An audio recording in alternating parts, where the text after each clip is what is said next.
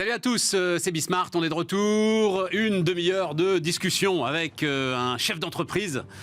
Alors pour le coup qui a eu tellement de casquettes, parce que je pense que maintenant c'est un peu réduit, qui a énormément de sujets. Les sujets du moment, allez, je vais les prendre dans le désordre, on verra. On commencera quand même par l'immobilier, la promotion immobilière. Ensuite on ira sur la simplification, l'écologie, le retour de la bureaucratie, et puis on verra où la discussion nous mène. C'est parti, c'est Bismart avec Guillaume Poitrinal.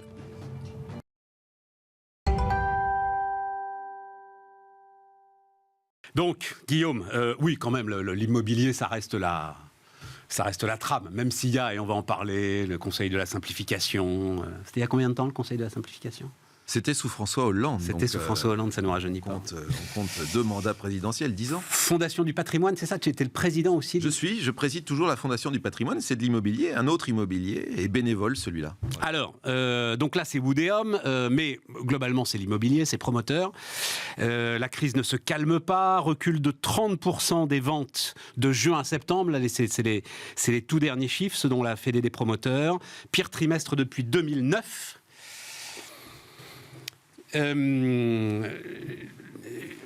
Ma conviction, allons-y comme ça, c'est qu'il ne faut surtout pas que l'État, à un moment, se laisse tenter à signer un chèque quelque part. Enfin, la CDC va racheter, je crois, 30, 40 000 logements intermédiaires, très bien, mais au-delà de ça, c'est-à-dire un nouveau dispositif de, je ne sais pas quoi, défiscalisation, subvention de la demande, etc. Sujet très compliqué. Pourquoi ? Parce que, et sujet très franco-français. En fait, on martyrise l'immobilier de complexité administrative et de taxes. Et après, on s'étonne qu'il n'y a pas de production. Non, mais c'est pas pour ça, là, Guillaume.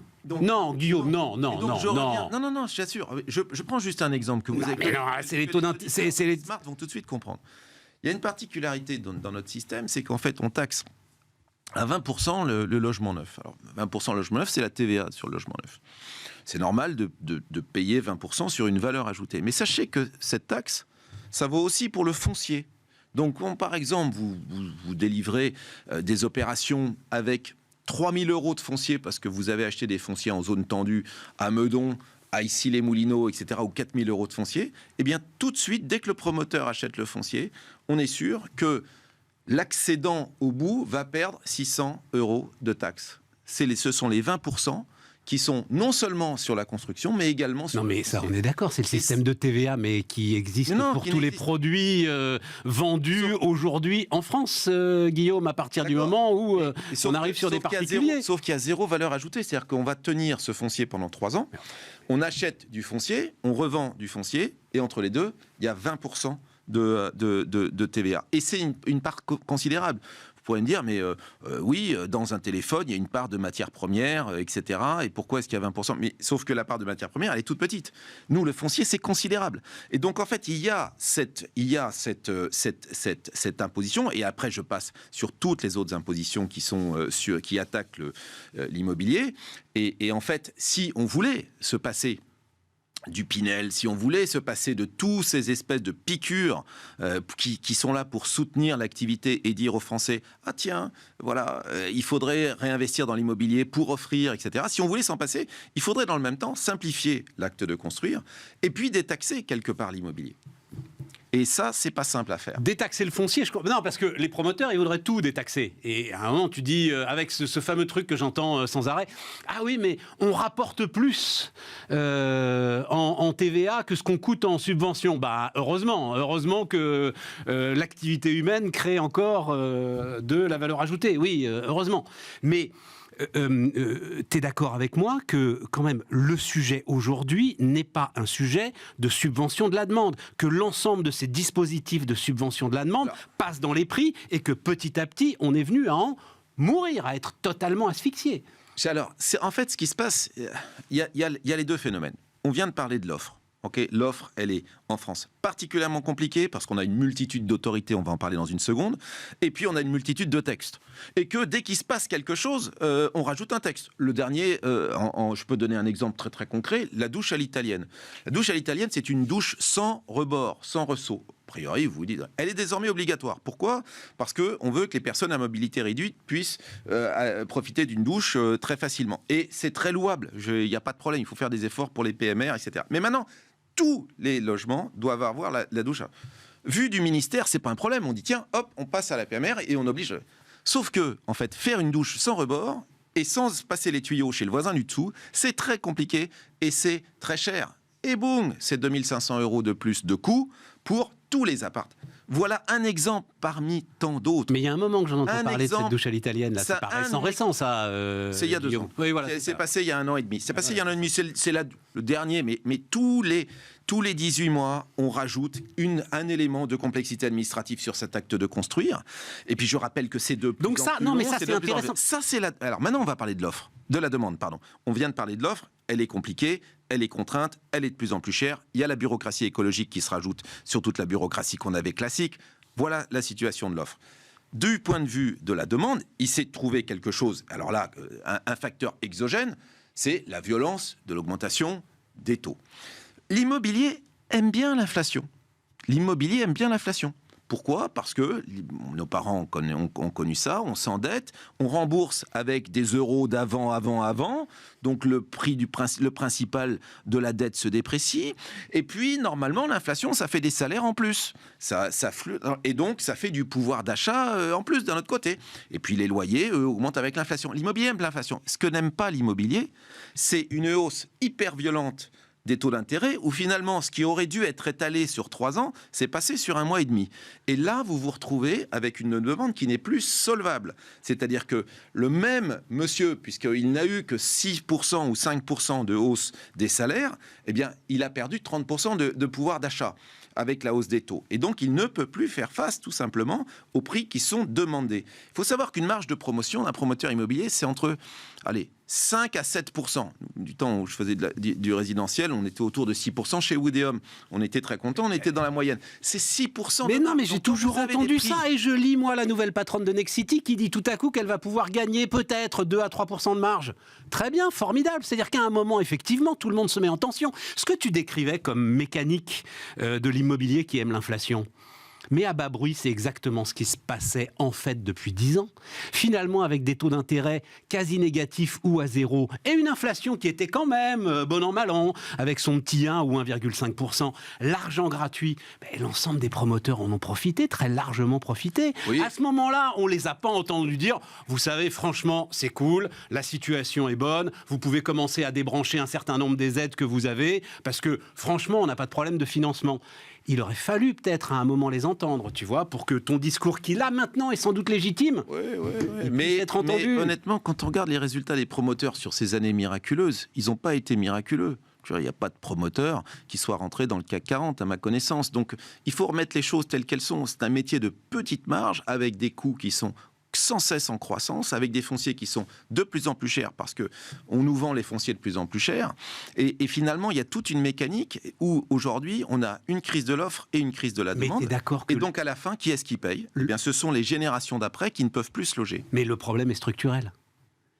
Ce que tu décris sur la construction et ce que tu décris sur le foncier, ce sont des problèmes structurels. Et alors, le foncier, pour le coup, les promoteurs m'en parlent depuis une décennie, et ça, c'est intéressant.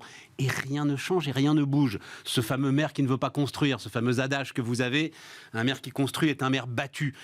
Est-ce que le sujet, c'est pas de profiter de cette crise qui, visiblement, est une crise d'une violence rare, enfin, en tout cas, jamais vue depuis 15 ans, pour essayer d'agir sur ces problèmes structurels ? Mais bien sûr, mais d'abord, une grande cure de simplification de l'acte de construire. D'abord, moi je vais vous dire ce que je pense. Mais là, tu voilà, parce que les normes écologiques... Alors l'écologie... les normes écologiques débarquent et de toute façon vont t'augmenter la masse de normes de manière considérable. Il faut lutter contre ça, c'est un énorme piège pour l'écologie et pour la planète en elle-même. Pourquoi ? Parce que ça va dissoudre l'effort. L'effort, il doit être fait sur quoi ? Principalement, et au-dessus de tout, l'empreinte carbone du bâtiment. L'empreinte carbone du bâtiment, ça ne veut pas dire le kilowattheure, ça ne veut pas dire la consommation, ça veut dire l'empreinte carbone du bâtiment sur son cycle de vie. Construction, exploitation et fin de vie.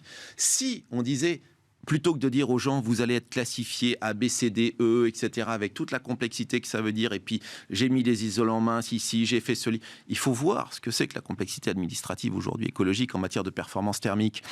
Si on leur disait, écoutez, c'est assez simple, vous avez un objectif, baisser la facture carbone et vous vous débrouillez ensuite. Moi, l'État, qu'est-ce que je fais? Je mets des thermomètres en place. Je mets un thermomètre en place. C'est l'empreinte carbone. Il faut faire ça pour l'immobilier. Il faut faire ça pour toutes les activités humaines, pour tous les produits, pour ce micro, pour cette chemise. C'est ça qu'il faut faire si on veut sauver la planète. Simplifier autour d'un seul critère et laisser les gens s'organiser. Voilà ce que je propose pour la complexité écologique. Et puis, sur l'acte de construire, il faut moins de collectivités locales qui soient impliquées. Vous savez qu'aujourd'hui, quand un maire veut construire en Île-de-France et qu'il a besoin de changer son PLU, il est obligé d'aller voir la communauté de communes, des établissements publics territoriaux, parfois avec jusqu'à 20, 30, 40 communes qui siègent pour aller bouger le PLU de la petite commune là-bas. Donc, on a un nombre de chefs. Les maires ne sont plus à la tête de leur PLU. Donc on a déjà démultiplié ça. Et puis ensuite, on va très vite se trouver dans des opérations d'intérêt national, Fort d'Aubervilliers, le grand périmètre de la Défense. Et à ce moment-là, le permis n'est plus donné ni par le maire, ni par le président de la communauté de communes. Il est délivré par le préfet. Donc tout est et les services du préfet viennent s'en mêler. Tout est comme ça.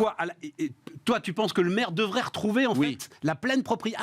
Dis donc. Non, moi je suis pour un seul patron. Alors je vais vous dire un seul patron s'il vous plaît dans la salle du côté administratif et politique. Un seul patron s'il vous plaît. Un seul patron, s'il vous plaît. Qu'on arrête de démultiplier les choses. Là aujourd'hui, Et tu penses que c'est le maire le bon patron? Peut-être, oui. Ou un maire plus grand, mais élu au suffrage universel, pas élu par ses pairs. Tu penses pas un maire coopté. Tu penses pas, c'est un truc que j'avance assez régulièrement, moi, grande cause nationale. Bon, parce que là, on en parle légèrement, mais enfin, il y a quoi? Il y a 250, 300 000 logements qui vont être construits cette année, peut-être même 200 000 logements qui vont être construits cette année, quand il en faudrait 500 000. Donc, le drame le drame de l'habitat, on va dire ça comme ça, voilà, le drame de l'habitat, il est devant nous, aucun problème. Grande cause nationale, et c'est justement le préfet qui devrait avoir lui seul le permis de construire. Je vais vous dire, de manière administrative, autoritaire, on y va pendant 10 ans et on rattrape le retard. Les préfets ont cette possibilité dans ce qu'on appelle les opérations d'intérêt national, les OIN. Et en fait, ils n'usent pas de ce. Même dans les OIN qui sont vraiment les trucs, j'ai jamais vu un préfet forcer la main au maire.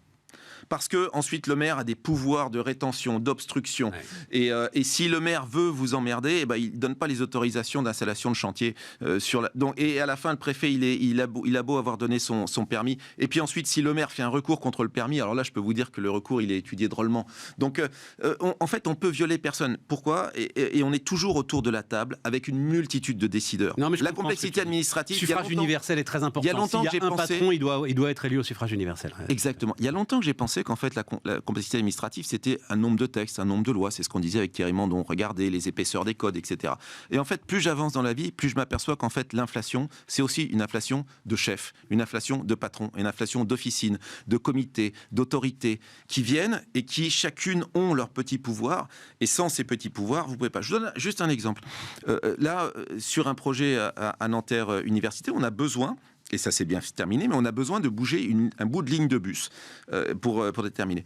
On va voir la présidente de la région Île-de-France qui, normalement, s'occupe, en fait, de tous les transports en Île-de-France. C'est marqué sur le papier. Elle dit non, pas tout à fait. Je m'en occupe, mais c'est Île-de-France Mobilité. C'est-à-dire, ce n'est plus la région, c'est Île-de-France Mobilité. Vous avez pas mal de maires et c'est une espèce de conglomérat. Donc, elle le préside, mais il faut faire attention à Île-de-France Mobilité. Vous allez voir Île-de-France Mobilité. Île-de-France Mobilité, vous dites non, mais moi, je suis assez pour, mais c'est pas moi, c'est la RATP. Et là, vous dites, mais qui a la tutelle sur la RATP? L'État. Donc, en fait, vous vous trouvez devant à chaque fois une démultiplication, et c'est cette démultiplication qui nous ralentit. Guillaume, donc tu as vu ça, Bercy relance le chantier de la simplification des normes. Et dans le même temps... Attends, non, parce que quand même, Bercy assure que les ministres seront dans une démarche d'humilité. Je savais que ça te plairait. C'est le même truc que tu as fait, toi, il y a... c'est la même chose, l'éternel retour. C'est la même chose. Et puis, dans le même temps, M. Macron demande à Éric Woerth de réfléchir à l'organisation politico-administrative du pays. Ouais. Donc, en fait, il assure déjà, Éric Woerth, qu'aucune strate locale ne sera supprimée. Voilà. Pour commencer. Ça rassure tout le monde. Pour commencer. Voilà, on ne touchera pas aux... Alors, c'est quand même à saluer parce qu'il n'y avait jamais eu d'effort depuis le début du premier mandat du président Macron. Il n'y avait jamais eu temps. C'était une de mes grandes déceptions. Je m'en suis ouvert d'ailleurs au président Macron. Moi, j'ai dit, c'est pas possible de ne rien faire sur le sujet de la simplification administrative dans le temps. Alors là, ça vient. C'est louable que ça vienne. Mais ça vient pas au bon endroit. Mais pourquoi ? Parce que je pense... Attends, d'abord, pourquoi est-ce que ça viendrait plus là que ce que toi, tu avais fait avec Thierry Mandon, où on avait quand même, on l'a oublié, mais un secrétariat d'État à la simplification. Vous aviez été super loin. On avait été super loin, mais surtout, brisé sur le mur des réalités. Le secrétaire d'État, il n'a pas fait grand-chose. Là où ça fonctionnait, c'est les 6 mois, et ça nous a permis de passer 370 mesures de simplification qui sont en cours, pas des moindres, le Kindimo consent préfectoral, la visite médicale obligatoire chez la médecine du travail, le droit à l'erreur, ça date de vous aussi, là, le droit à l'erreur, tout ça c'était en gestation, ça n'a pas été jusqu'au bout, mais ensuite c'est venu.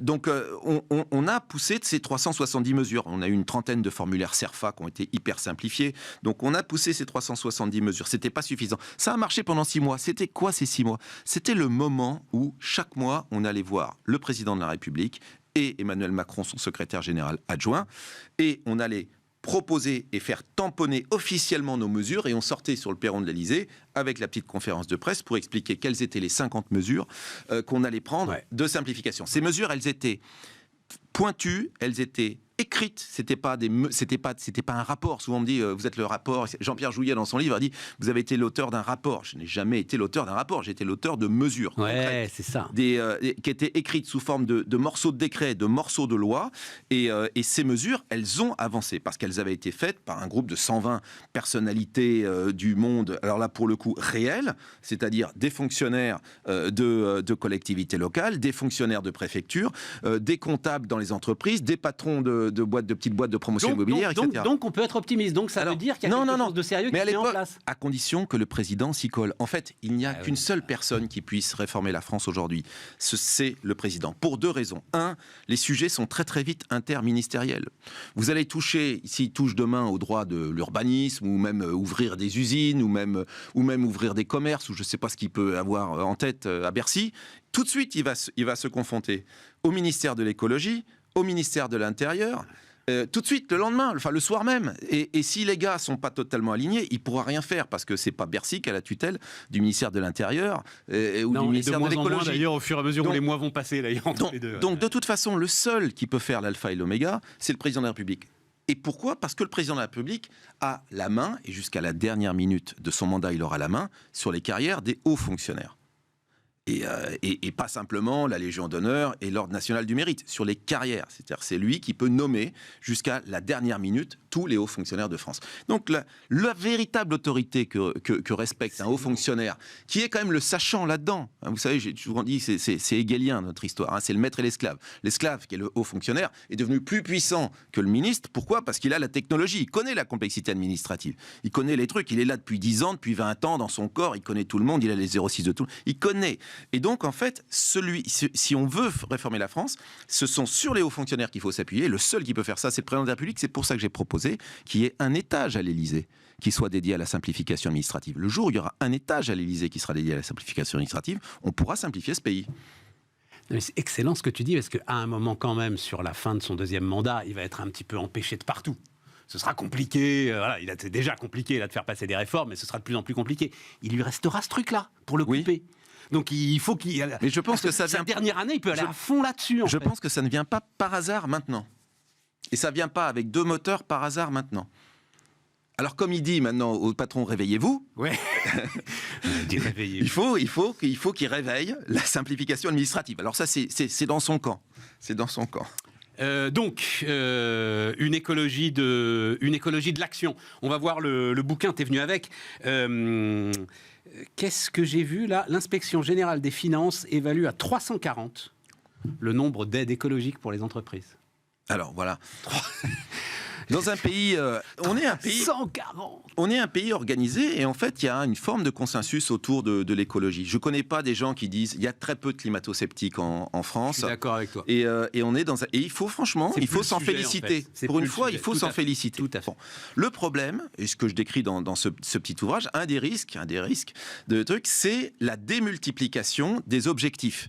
Parce que on le sait, nous, dans nos entreprises, partout, mais même si on avec nos enfants, si on multiplie trop les objectifs, enfin, on est sûr d'un seul truc, c'est qu'il n'y en aura aucun qui sera réussi parfaitement, ou même avec une mention bien. Donc la démultiplication des objectifs, ce cancer, c'est un risque pour la planète.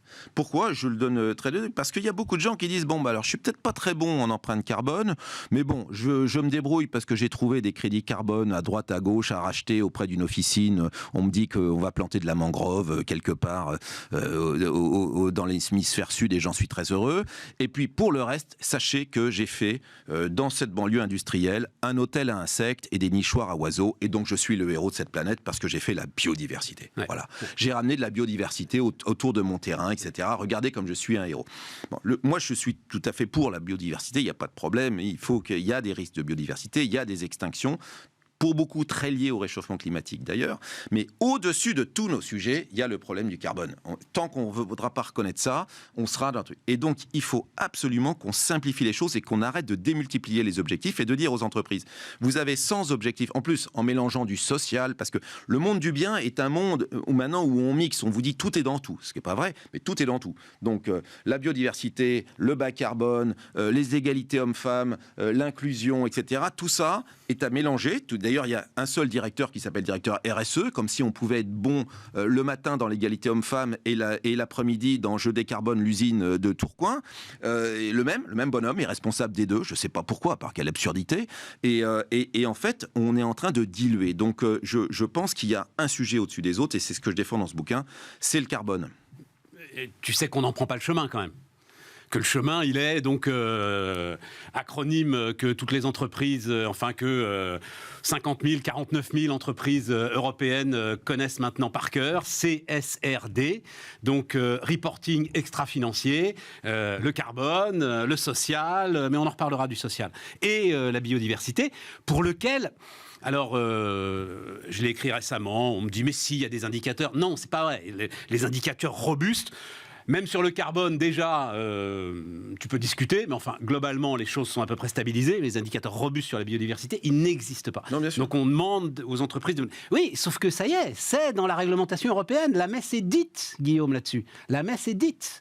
Et ce brave Emmanuel Faber qui dit à peu près la même chose que toi, on l'accuse de parler au nom des Américains, de vendre son âme aux Américains, etc., et d'être contre les normes européennes.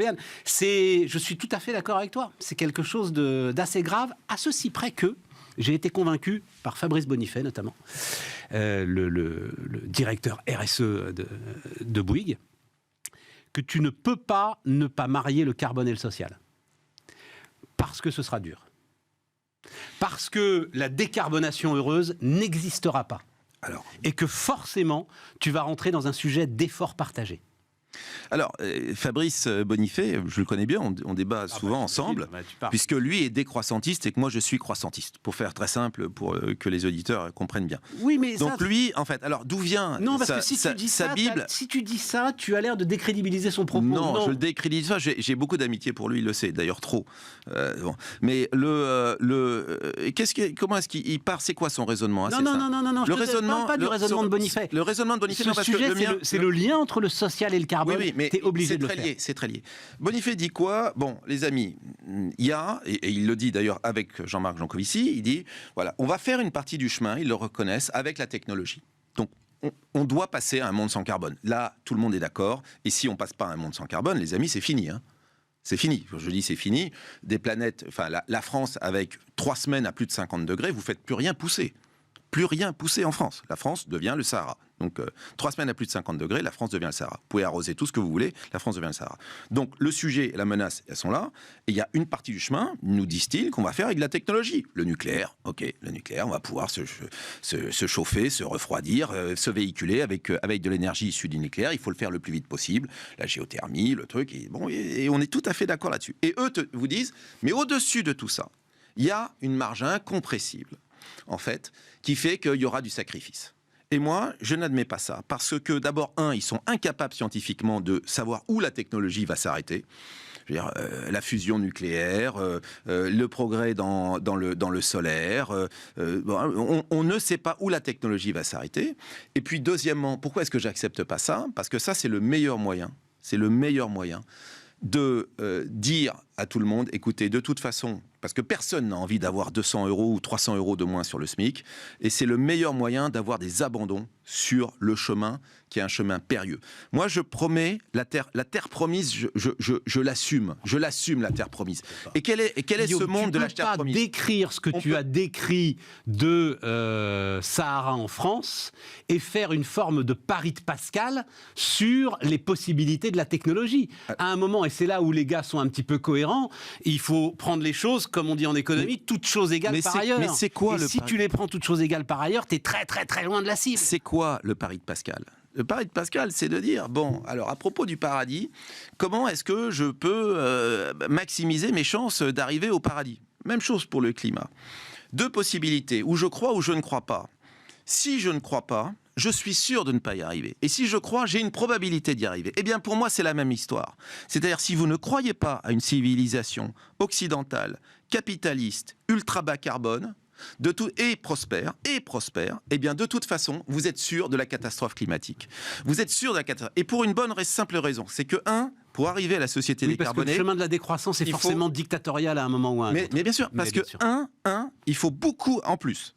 Le problème de la démocratie. 2, l'investissement. Comment est-ce que vous pouvez justifier Il nous reste 2 minutes, des centaines de milliards d'euros d'investissement si vous dites de toute façon le monde de demain est un monde en pleine décroissance issu de pauvreté. Et puis dernièrement, les mondes pauvres, la pauvreté est l'ennemi de la planète. Il suffit d'aller se promener à Madagascar pour comprendre que la déforestation, elle n'est pas liée à la prédation par les multinationales du bois à Madagascar. La déforestation, elle est liée parce que les gens sont tellement pauvres qu'ils ont besoin d'aller couper ce bois pour construire leur maison, pour se chauffer. Donc c'est ça la réalité. La pauvreté est l'ennemi de la planète. Il faut créer les conditions d'une société bas carbone, prospère et capitaliste, et détourner le capitalisme vers la consommation bas carbone. C'est ce que je propose avec l'étiquetage bas carbone. Non, c'est intéressant parce que effectivement, le discours peut être de toute façon, on n'a pas le choix. Il faut à un moment des mesures autoritaires, bureaucratiques, retour de la bureaucratie, etc. pour y arriver. Et toi, tu te dis non, c'est bien le pari de Pascal, le seul chemin. Non, c'est très convaincant. Et puis, il faut. Qu'est-ce qu'on demande à l'État ? La seule chose. Assez enthousiasmant finalement. La seule chose déprimé à l'issue de cette émission. C'est gentil. Je t'en remercie, Guillaume. La seule chose qu'on demande à l'État, c'est l'étiquetage carbone. On a besoin du maître étalon, de la même façon que l'État a donné le kilo, que l'État a donné le maître étalon, on a besoin de l'État pour mesurer, pour faire de l'étiquetage carbone. Pourquoi ? Parce que nous, aujourd'hui, les grands pollueurs, c'est l'Inde, la Chine, les États-Unis. Et l'Inde va continuer à faire du charbon. Donc c'est dramatique. Comment est-ce qu'on arrive à peser sur ces grands pays producteurs et industriels ? Eh bien, en orientant notre consommation vers le bas carbone, en demandant à Danone, à Procter d'exiger des pots de yaourt, des tubes de dentifrice, L'Oréal, des tubes de dentifrice et des shampoings bas carbone. C'est tout. Et tu retombes sur l'aspect social. Mais parce que l'ensemble de mais pas un petit peu plus cher. Ouais. Pas un petit peu plus cher. On commencera par le haut du panier. Moi, ce que j'observe, c'est que les plus grosses capitalisations du monde sont quand même assez peu ou plutôt orientées vers le bas carbone. Le luxe est bas carbone. Parce que pour 30 par dollar dépensé, vous avez un sac à main pour 20 000 euros. Vous avez un sac à main, c'est bas carbone. Les Tesla, c'est bas carbone. On est passé du yaourt et des Tesla Il faut rester optimiste. Au sac à main. Oui, grâce à toi. Formidable. Merci Guillaume. Guillaume Poitrinal qui nous accompagnait donc cette semaine. On se retrouve la semaine prochaine. On reparlera de bureaucratie d'ailleurs la semaine prochaine avec Erwan Lenoir. Allez, bonne semaine à vous.